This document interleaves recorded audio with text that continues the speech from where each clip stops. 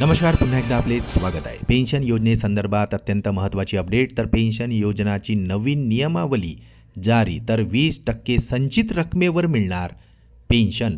चला तर पाहूया याविषयी सविस्तर अपडेट. त्यापूर्वी आपणास विनंती आहे की चॅनलला जर नवीन असाल तर सबस्क्राईब करायला विसरू नका आणि नवनवीन अपडेट मिळविण्यासाठी बेल आयकॉनला प्रेस करायलाही विसरू नका. अत्यंत कामाची बातमी शेअर करायलाही विसरू नका. राष्ट्रीय पेन्शन योजनेसाठी नवीन नियमावली जारी करण्यात आलेली आहे आणि सदर सुधारित नियमावलीनुसार पेन्शनधारकांना मोठा लाभ मिळणार आहे. राष्ट्रीय पेन्शन योजनेअंतर्गत सामील असणाऱ्यांना पूर्वीच्या नियमानुसार निवृत्तीनंतर केवळ 60% रक्कम काढता येत होती, परंतु आता नवीन नियमानुसार संचित रकमेच्या 80% रक्कम काढता येणार आहे.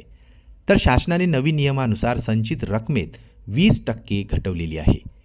निवृत्तीनंतर यापूर्वी 40% रक्कम संचित ठेवण्यात येत होती व त्यावर पेन्शन दिली जायची, परंतु आता नवीन नियमानुसार यामध्ये 20% संचित रकमेत घट करण्यात आल्याने आता केवळ 20% रक्कमवरच निवृत्तीनंतर संचित ठेवावी लागणार आहे.